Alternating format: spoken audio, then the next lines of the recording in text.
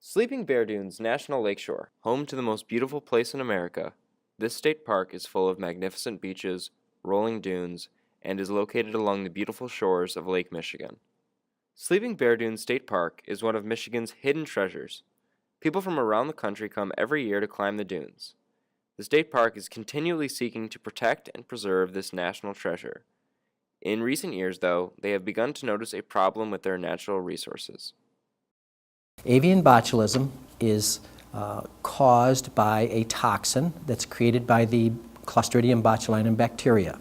And here in our park, we see birds washing up sick and dead who have consumed that toxin. Botulism is a naturally occurring toxin, but as it's been moving up into the environment, especially within Lake Michigan, it's been affecting a tremendous number of shorebirds. And so we've been, since 2006, monitoring and conducting research activities to help mitigate any of the problems that it creates. Really what's going on in Lake Michigan is it's an ecosystem under stress, and we need to better understand some of those stressors. And I think one of the key stressors that's impacting the lakeshore here and driving, what seems to be driving the botulism events, is the invasive species.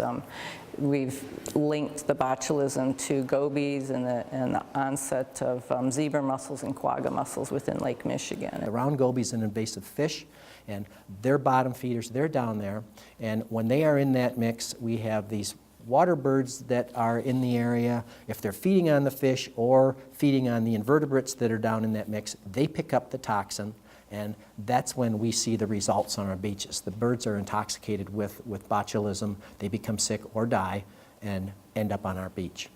Skylar Gleason, a student at the University of Michigan, is part of the Sleeping Bear Dunes Bot Squad.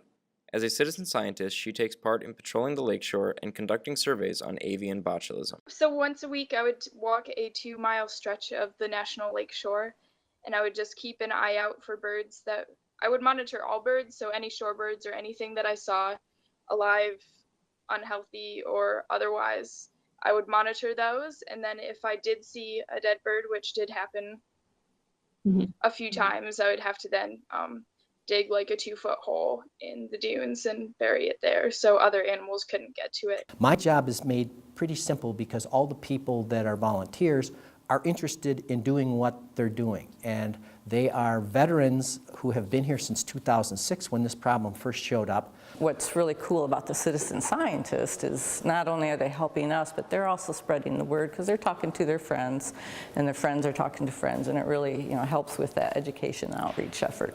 We really don't have any specific antidote or quick fix, but at some point we may be able to determine where these birds specifically are picking up the toxin, and as these large flocks of migrating birds come through our park, we may be able to do something to deter them from using these hot spots, these deposition zones, areas where there's a lot of toxin. At this point, that's about the best we can hope for. I think awareness of how one or two invasives can have a cascade effects on the ecosystem is really important for people to understand. It takes people like you guys getting interested in it and furthering research, and people like me who just want to go out and volunteer and help aid that research that's already happening.